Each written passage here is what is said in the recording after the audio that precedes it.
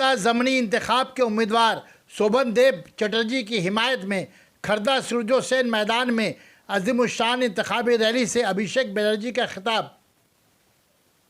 All India Trinamool Congress के general secretary Abhishek Banerjee का helicopter अपनी सही वक्त पर खर्दा सुरजो सेन मैदान में उतरी।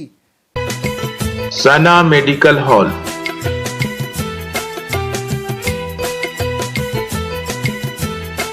%10 discount on every medicine.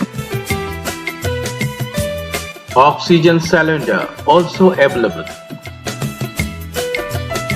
हाँ, हजारों की तादाद में मौजूद लोगों ने माँ माटी मानू जिंदाबाद, तृणमूल कांग्रेस जिंदाबाद, अभिषेक बनर्जी जिंदाबाद के नारों से अभिषेक बनर्जी का खैर मकदम किया। इंतखाबी रैली में पहुंचते ही अभिषेक बनर्जी ने मरहूम काजल सना की तस्वीर पर फूल चढ़ाकर खराज अकीदत पेश किया। अपनी तकरीर में कहा कि कोरोना ने खर्दा से जीते हुए तृणमूल के बहादुर और लड़ाकू सिपाही को हमसे छीन लिया, पर कर भी क्या सकते हैं, मौत पर किसी का जोर नहीं।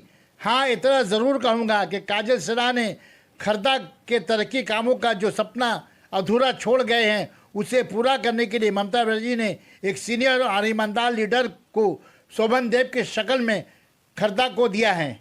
स्टेज पर पहुंचते ही अभिषेक बनर्जी का तृणमूल के मुख्तलिफ तंजीमों ने फूलों से खैर मकदम किया।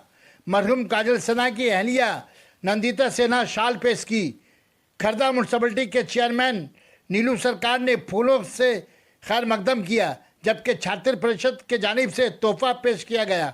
अभिषेक बनर्जी ने अपनी तकरीर में कहा कि रियासत के 4 असेंबली ज़मनी चुनाव के जीत हार से कोई फ़र्क पड़ने वाला नहीं और न ही ममता की हुकूमत गिरने वाली है, बल्कि ये जीत आने वाले 2024 के पार्लियामेंट इंतखाब में असर डालेगी। आज पूरा मुल्क बीजेपी के खिलाफ ममता की तरफ देख रहा है। मरकज़ से बीजेपी सरकार को हटाने के लिए ममता के सिवा और दूसरा कोई मुतबद्दिल नहीं है। अभिषेक बनर्जी ने अपनी तकरीर में कहा, जिस रियासत में असेंबली चुनाव होगा, ममता बनर्जी की क़यादत में तृणमूल कांग्रेस बीजेपी के खिलाफ उम्मीदवार उतारेगी। उन्होंने कहा कि कांग्रेस के अंदर इतनी ताकत नहीं कि वो बीजेपी को मरकज़ से हटा सके। मुल्क और जमहूरियत की सलामती के लिए बीजेपी को मरकज़ से हटाना वक्त की पुकार है। Shyama medical store, on medicine 15% discount,